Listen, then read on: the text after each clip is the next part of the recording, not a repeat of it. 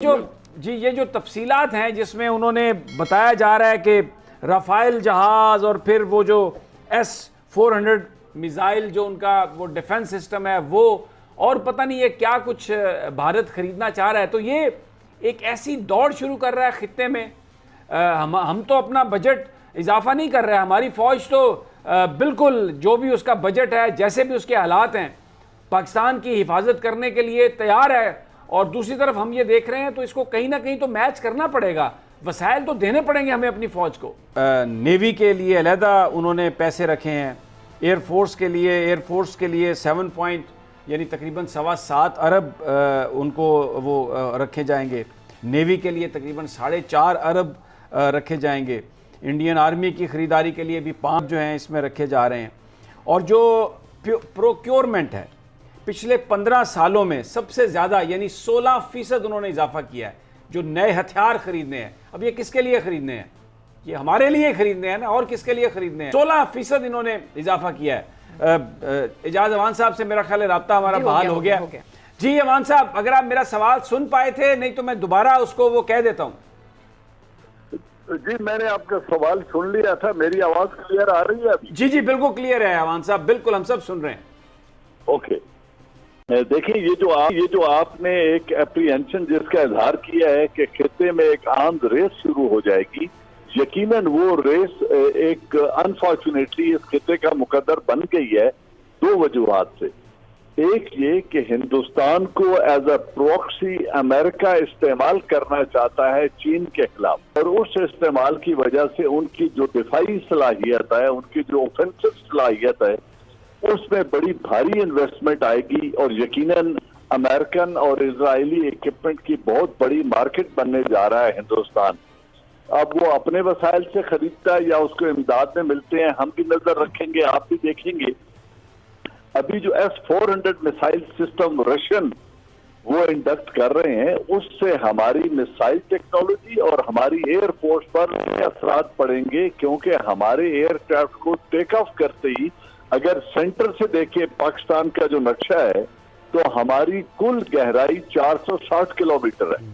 हमारा जो कमर से पाकिस्तान का फैलाव है, जबकि हिंदुस्तान 3850 किलोमीटर गहरा, उनकी डेप्थ बहुत ज्यादा है।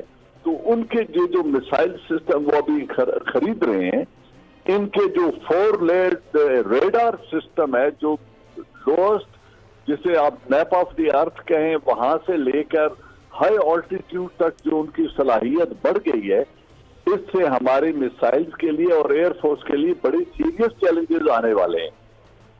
फिर वो इसको जब बैक करेंगे राफेल एयरक्राफ्ट से, जब वो तमाम इंडक्ट हो जाते हैं और ऑपरेशनलाइज हो जाते हैं, तो यकीनन खित्ते में जो फोर्स बैलेंस है जो इस वक्त में है, उस वक्त वो हिंदुस्तान की तरफ टिल्ट होना शुरू हो जाए।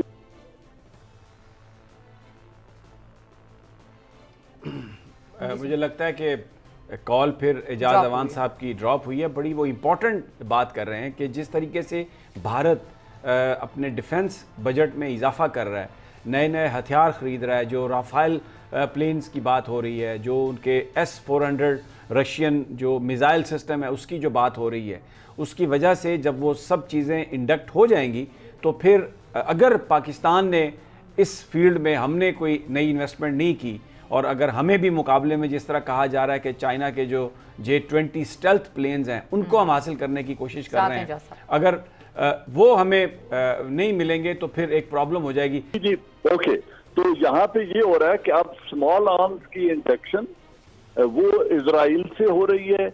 मिसाइल सिस्टम उन्होंने जो एंटी मिसाइल सिस्टम और खरीदा है वो रशिया का है, और अब वो एयरक्राफ्ट खरीदने जा रहे हैं वो फ्रेंच हैं।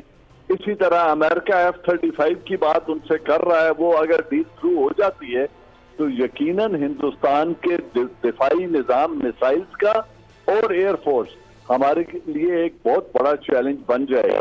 अगर से F-16 हमारे पास हैं और JF-17 ब्लॉक टेक्नोलॉजी के हिसाब से हम मॉडर्न तरीन एयरक्राफ्ट JF-17 बना रहे हैं, लेकिन यकीनन उस वक्त हमारे चैलेंजेस बहुत बढ़ चुके होंगे।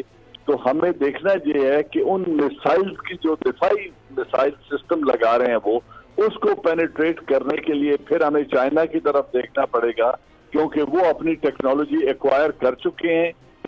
उनके जो हाइपरसोनिक मिसाइल्स हैं उनको ये S-400 इंटरसेप्ट नहीं कर सकता। वो जो 4 से 5 गुना स्पीड से वो फ्लाई कर सकते हैं, जो कि बहुत ही फास्ट है। तो लेकिन उन टेक्नोलॉजीज को एक्वायर करने की कीमत तो हमें अदा करनी पड़ेगी। तो एक जो असलहे की रेस है, जो आर्म्स रेस है, वो इस खित्ते का अनफॉर्चुनेटली मुकद्दर बन चुकी है। आने वाले दिनों में उसमें जूं जूं इजाफा होगा।